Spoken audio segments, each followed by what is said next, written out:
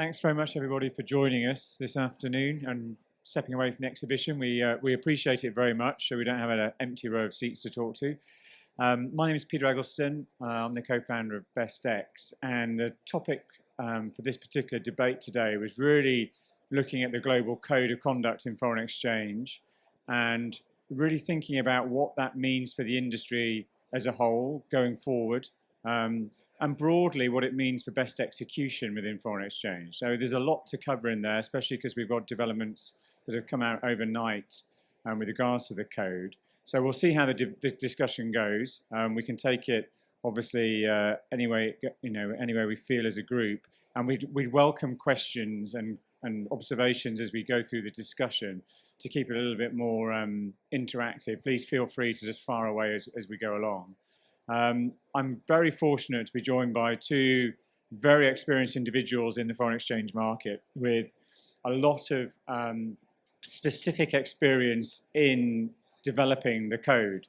Both Adrian Bohler from BNP and Paul Chappell from Seaview, also with his role at the ACI. So I'll let the guys introduce themselves very briefly to you, and then we'll get started on really a summary of where we are with the code and some of these developments that have come out of the press release. Adrian. Thanks very much, Pete. Good afternoon, everyone. So I'm Adrian Birla. I'm Global Co-Head of Foreign Exchange, Local Markets and Commodity Derivatives at BNP. My interaction with the code is that I sit on the ECB and the Bank of England's Foreign Exchange Committees, and I represented specifically the ECB's Foreign Exchange Committee in the Market Participants Group. That's the private sector group that worked alongside the central banks on the drafting of the code. So intimately acquainted on the various different iterations of the code that we've had thus far and the spirit in which the code has been conceived. Thanks. Good afternoon, I'm Paul Chappell. I'm founder and chairman of Seaview, the currency management firm, but really I'm here today more wearing my ACI hat. I've been involved with ACI for the last 4 years. I'm on the ACI FX committee and also on the ACI UK committee, but actually more recently, in the very recent past, I've now become Director of Education at ACI as well. We've been involved in ACI in a similar way to Adrian, with contribution to the MPG group, and a large proportion of the Global Code of Conduct actually had its genesis in the original ACI model code and was taken on from there and developed further. I personally have also been chairing the group within ACI that made the submission to the GFXC on last look, and we're pleased to see the overnight developments as a consequence of that. Thanks, Paul. So maybe before we dive into the particular last look element, which is one of the elements that has really consumed most of the airtime around the code, just like to take a step back from that first and just put some context around really where we've got to as an industry with the code, because I think it has been lost a little in the noise and the emotion. It has been a very emotional debate around last look. I think it's worth just taking a step back and realizing that for an industry that's as enormous as foreign exchange, the global marketplace of foreign exchange, that is so fragmented, not just I mean in terms of liquidity, but I mean more in terms of jurisdiction, geography, to actually have this group get together and form a code to drive really the ethics and behavior across the FX industry broadly across a whole host of principles, not just this one Principle 17 and this one word in Principle 17, is actually an enormous achievement. It's required, obviously, an awful lot of people spending an awful lot of time very much outside of their day jobs to be spending time getting together and working out as practitioners what is a realistic and practical way of moving forward with this set of principles. It's an enormous achievement. And in my time in FX, I never envisaged the industry being able to coordinate itself in such a fashion to develop a document that now exists. It is a huge achievement, and I don't think we should lose sight of it. And there are many other good elements around the code that I think have a much more significant impact on the net result for investors than this one particular principle. However, that is one of the most contentious issues around last look, and we have had a press release overnight from GFXC because there was a consultation period following the code's publication earlier this year in May. There was a consultation was opened really to look for feedback from the marketplace very broadly, and everyone was very welcome to participate in that consultation to really look at this issue specifically around pre-hedging in the last look window. Now, that consultation period ended. The responses to that consultation period are now in the public domain, and there's been a press release overnight with regards to what that means going forward. And I guess with Adrian's role in the MPG, I'll maybe hand it to Adrian just to sort of summarise the output really from that press release. Yeah, sure. So I think you're absolutely spot on. It's an epic undertaking, and the deliverable, I think, is very much fit for purpose, notwithstanding the ongoing discussion about last look. And I think the beauty of the code, before I talk about the last look consultation, is that very much now provides all market participants with a framework for ongoing bilateral discussions, and that is very much the framework through which now standards and practices will evolve. Okay, so and last look is a classic example of this, it's been difficult to get an agreed collective position, then the pragmatic thing to do is to agree on a level of granularity which is perhaps a little bit lower than some would like, but that doesn't preclude market participants from having any bilateral discussion that they want with any market participant that they choose to engage with.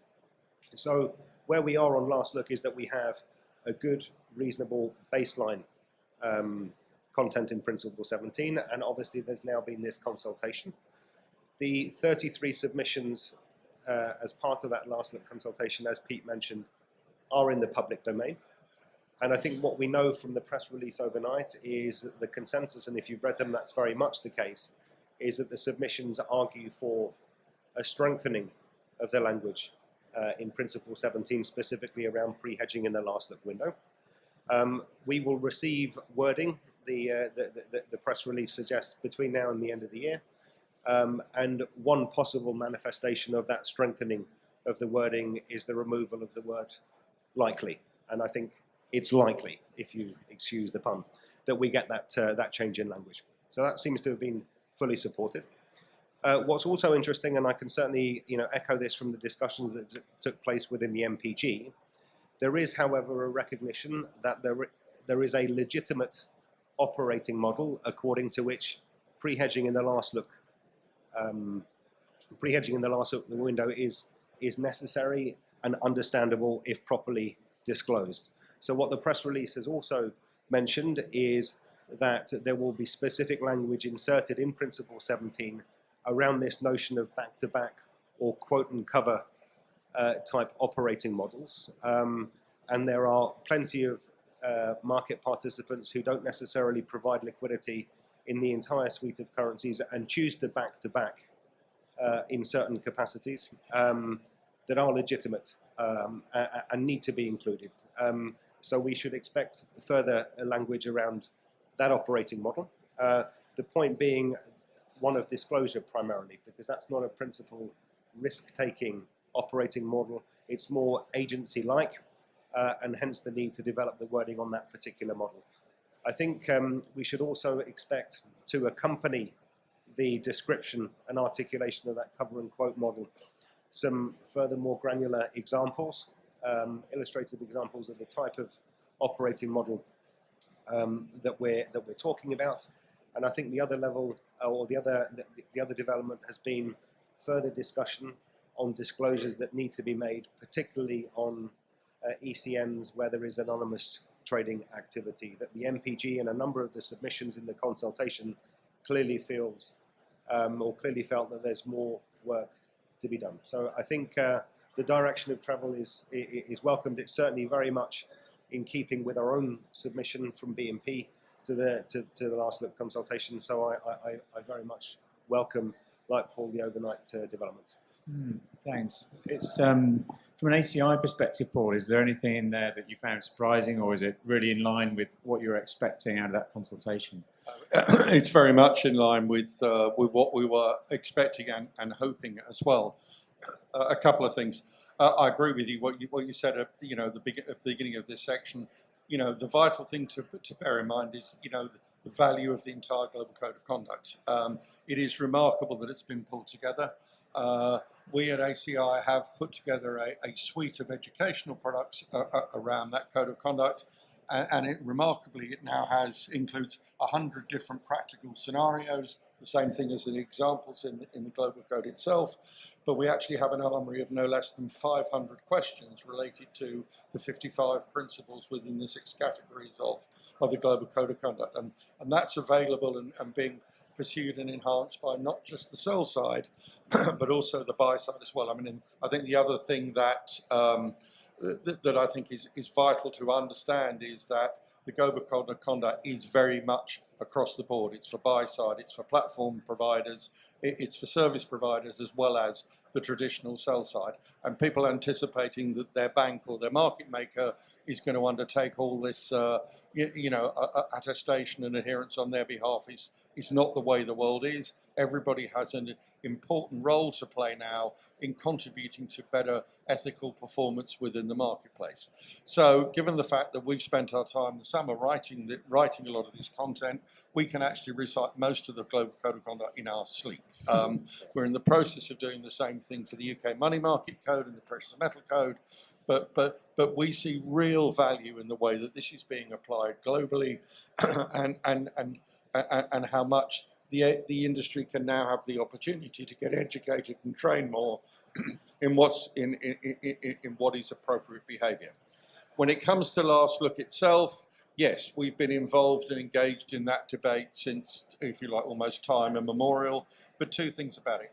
The nice thing about ACI is it is a broad church in terms of membership. So in some ways, we've mirrored what was going on in the MPC because we've had buy side, sell side, platform providers, brokers, etc., involved in our deliberations and therefore our submission to the GFXC with regard to changes to Principle 17, and therefore, perhaps unsurprisingly, what's come out of it is actually very much an aggregate what we suggested we thought was the most appropriate changes that ought to occur.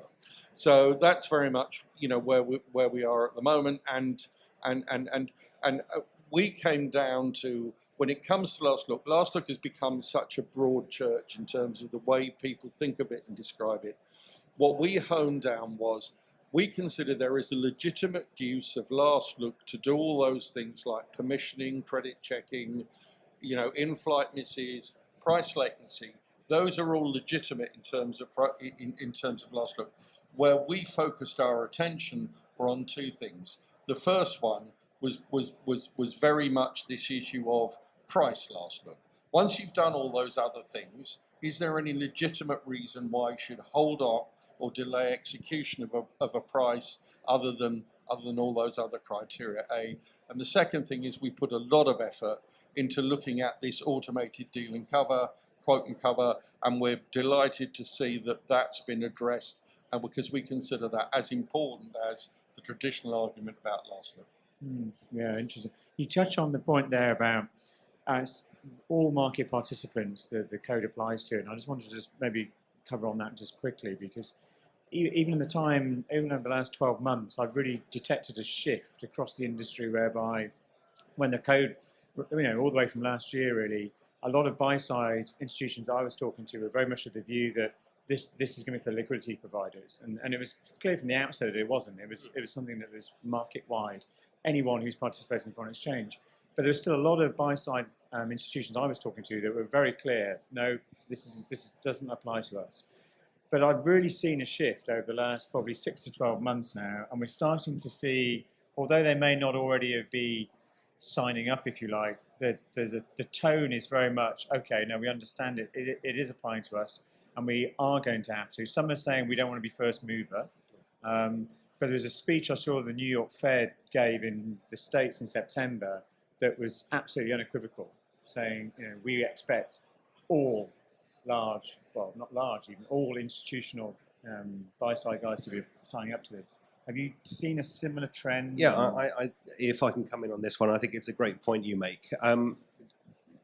Before I respond specifically to the point, I just wanted to echo something that Paul said about the broad church of market participants. I mean, when we look at the construct of the market participants group that aided the central banks on this. The composition of that group is very, very important for those who are not so familiar with it. So it's a group of approximately 45 market participants of all flavors. So not just 45 large sell-side organizations, sell-side, buy-side, platforms. When we look at the end user, there were institutional clients, there were corporate clients, and all regions were represented. So the broad church, to use your phrase, was very much represented. So there was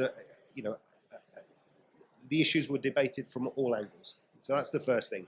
The second point is that there were a number of points during the drafting at which people were able to provide feedback. Now, the MPG, to contextualize that statement, received in excess of 10,000 individual comments and pieces of feedback.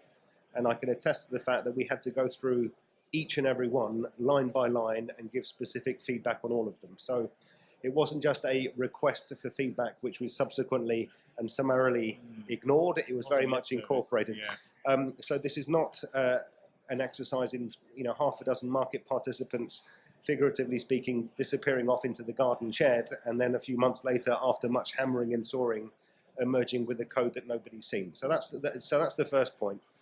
It is very much representative of a multitude of opinions. To your point specifically about the sense of urgency to adhere, I think it's very, very fair to say that early on in the process, that sense of urgency was probably more acute on the sell side. That's where many of the conduct issues escalated. We've been through remediation, we, the sell side. And so it's natural that the propensity to adhere is higher in that group of market participants. But we are absolutely seeing a change in mentality from other parts of the ecosystem. It's very, very interesting that in discussions recently with a few asset managers, what they're starting to see creep into RFPs for potential new asset management mandates, is the question, do you, the asset manager, plan to adhere to the code? And if that's coming from the end asset manager, then I'm very, very confident that what will happen is that the asset management community, the buy side, will start to feel a commercial requirement to adhere.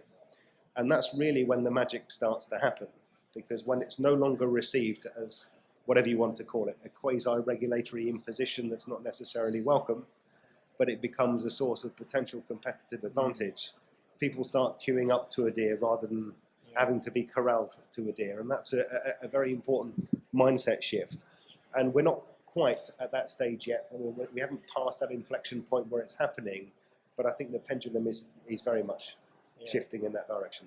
And I think the last point, just to reflect the global nature of the code, is, in my position, I spend too much time on a plane, but what it does allow me to do is have a jurisdictional sense for where the code enjoys very, very high awareness and where there's still more education. And it was interesting in a seminar last week in Mumbai to hear a local Indian corporate wax lyrical about the benefits of adhering to the code, which is, anecdotally, very uplifting, frankly, having participated in the code.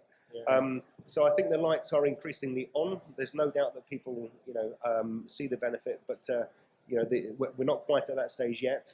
But we're not too far away from where adherence becomes almost, self-fulfilling. Yeah. I guess the ACI is always taking. I mean, I can add a few pieces to that.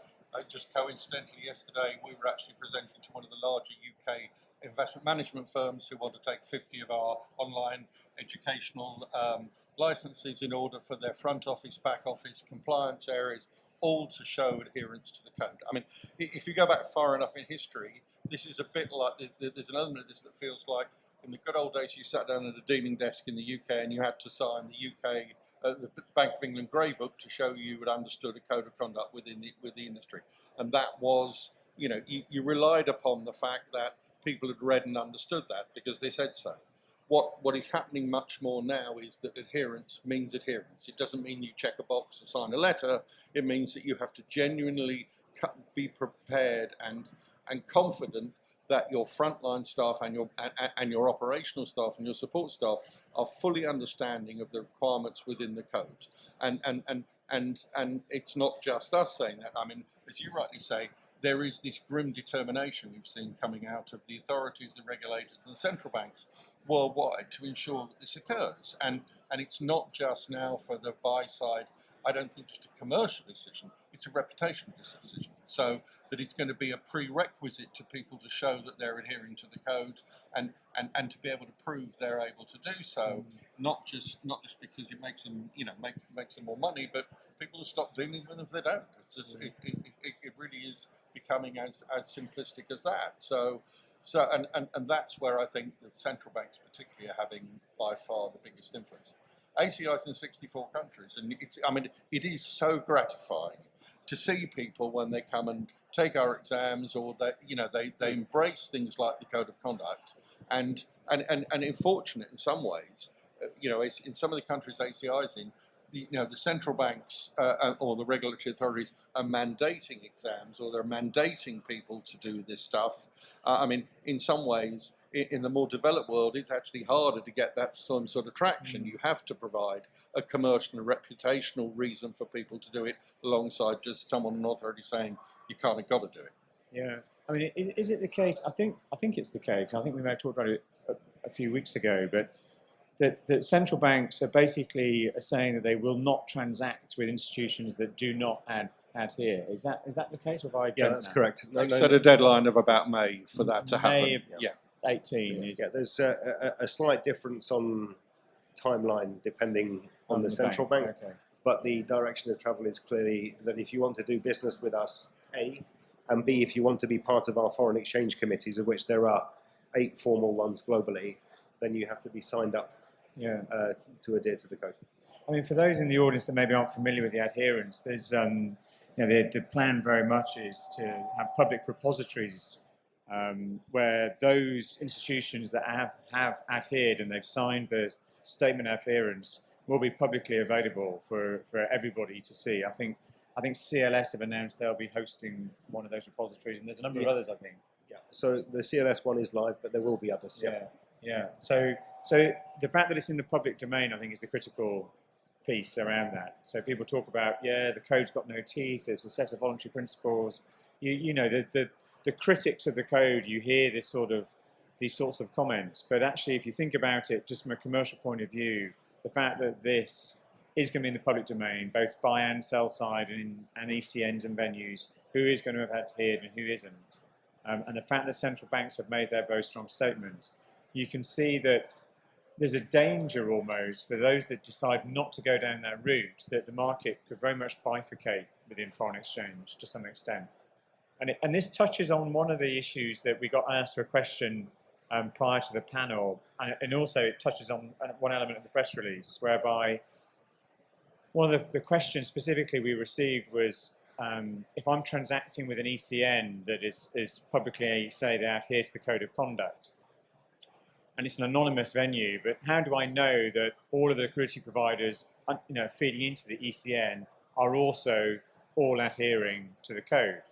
And it sort of touched on a little bit in the press release, in one of the points in there around what does that mean for anonymous venues and so on. And it is something that I think needs further clarification, because that's an issue whereby we wouldn't want to see liquidity bifurcating between liquidity sources that have adhered and those that haven't. But I don't know, it'd be interesting to see what you think and get your thoughts. Yeah, it's a great point, and it's relevant not just for the ECN and anonymous ECN discussion, but it's relevant for the entire prime brokerage industry as well. So if I've adhered and you're one of my prime brokerage clients and you're transacting in my name, is it okay, and am I conceptually okay for you to carry on trading away in my name without having adhered? So it's a discussion that manifests itself in a number of different ways. So I think as things stand at the moment, we don't know the answer yet, because what the press conference clearly suggests is that there will be additional discussion and possible consultation on this specific topic. But I think we can very reasonably conclude that the direction of travel will be towards much greater disclosure, and possibly in the context of a prime broker or an ECN, greater responsibility, potentially, for policing the activity on their respective platform. But I think either way, we should prepare ourselves for for that kind of increased transparency and increased disclosure. And I think we should welcome that because it makes a great deal of sense for a whole host of reasons. So today, 15th of November, can we answer the question, do we know that all ECNs will police their activity and so on and so forth? I don't think we know, and we would probably have to rely reasonably on the bilateral disclosures that the ECN makes. But I think that's very much the direction of travel because it's clearly a hot topic. And having participated in discussions on this particular topic in the MPG, everyone recognised it was an issue. But prescribing disclosure in a very short period of time, it was felt wouldn't be fair to market participants for whom those disclosures would represent a fundamental shift in current operating model. So I think it's reasonable and a fair position at the outset to give people time to adjust to that.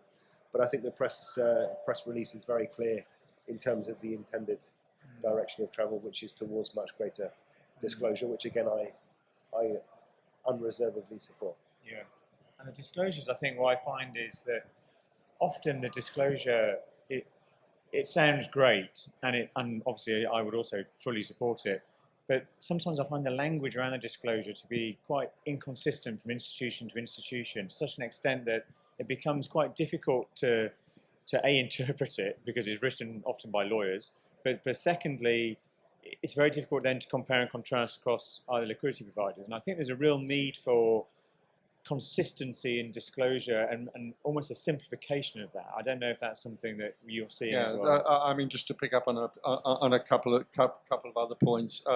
The first one is to a large extent how anonymous is anonymous.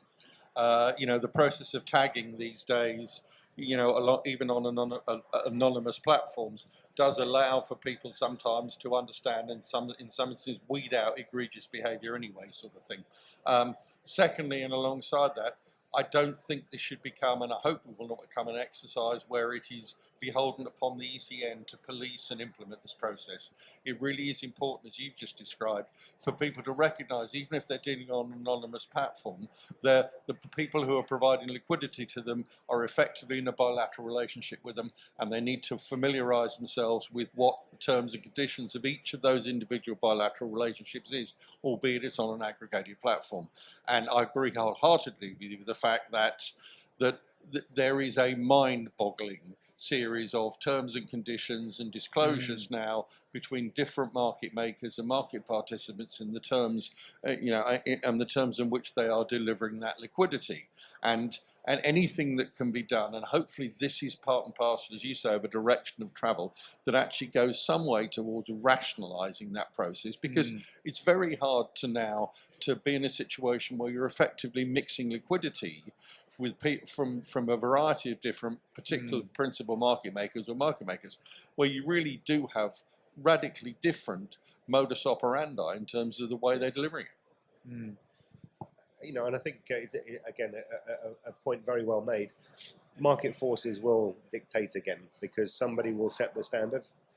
Here are the principles or the standards to which I aspire and to which I hold my organisation and all of my employees, and then that sets the benchmark and will, for a period of time have the competitive pull or the magnetic force because it resonates with other market participants. So to the point about it being, there being a commercial requirement to set standards, and ultimately, the code starts off, prescribing X level of disclosure, it gets trumped, people develop, people evolve, views change, and then so market practice changes. So I think the net outcome, we're not here yet, again, because it's still relatively new, but the net outcome, I think, 2-3 years down the line is much, much greater disclosure and probably more standardization of disclosures, or at least the context, the key ingredients of a good disclosure document. Because obviously the code shouldn't prescribe a business model. That's not what it's designed to do, but it should give guidance on what good looks like. And I think the discussion, according to the press release around anonymous venues and disclosures, I think probably will be broader than just the context of an anonymous ECN. Yeah, of course. But it'd be nice to see just almost, I think as we were in a group not long ago that was discussing it with regards to a lingua franca that's agreed around some simple questions that everyone can understand, that often can be yes or no answers without having to have pages of very complicated text. So that a lot of people are participating in FX that don't have either the time or the knowledge or the experience to sort of drill into this in the level of detail that is often required. So it'd be quite nice to try and, hopefully, or as you say, it will come out of this direction that we're headed in, just to try and simplify and make consistent that process and just make it easier for people to actually make those decisions. Because the transparency is essential and everyone's supporting it, but it's only going to be of use if it's something that everyone can actually engage with and understand and so on. So. And again, that's one of the reasons why we consider both in the code and what we do in ACI. It is actually the practical examples and scenarios and the real world application of the principles that is so vitally important. For instance, in the last couple of weeks, we've written 4 more scenarios for our online learning people regarding pre-hedging as a consequence of events in a court in New York, because those pre-hedging issues basically brought up a whole series of questions the industry almost thought were laid to rest, if you like, and questioned some activity and what is appropriate behavior around certain levels of pre-hedging. So it's the important thing about this is where it actually impacts the real world. They are principles, they're not they're not regulations. But the interpretation of that and what it actually means on a day-to-day basis to us is one of the things that we consider we can be most helpful with. And I think, and perhaps this is a segue into best execution. I mean, the ultimate end goal here is a degree of disclosure which means that clients are in a position to make much more informed decisions about who they partner with, how they execute. So we're in a position to have apples for apples comparisons across different organizations, different liquidity streams. And again, we're not there yet, and it will take time to get there. But I think that's ultimately the direction of travel. And that's why I think the code plays such an important part strategically for the industry. And that's why even if people don't necessarily understand it today, they have vested interest in this in this developing and evolving. Yeah, absolutely. I mean, time is rushing by, and we want to make sure just give some time if there are any questions. But just to before we do that, one thing I'm quite interested to get your views on is if you had a crystal ball and you could look forward maybe a year or 2 years within FX, how do you perceive the code to have evolved over that next sort of couple of years, especially in line with what we're starting to see? I mean, for example, here in the UK, we've seen already not even strong suggestions. It's made clear that the code's going to be wrapped into the senior managers regime here in the UK. And so I think on Australia, the ACIC, I think the Australian regulators also talked about, very much using the code as part of their, their process for when they actually go in and look at institutions.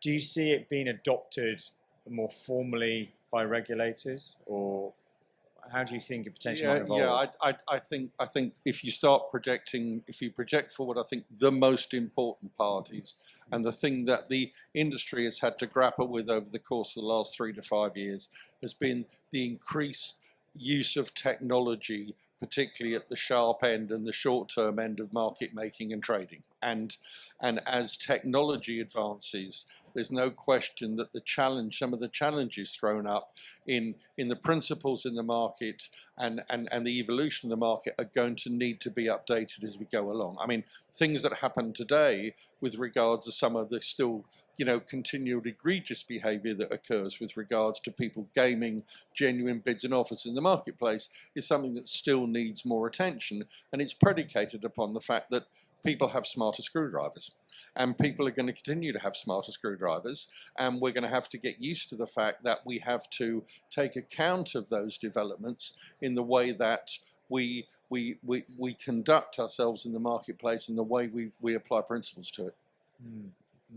Yeah, I would agree with that.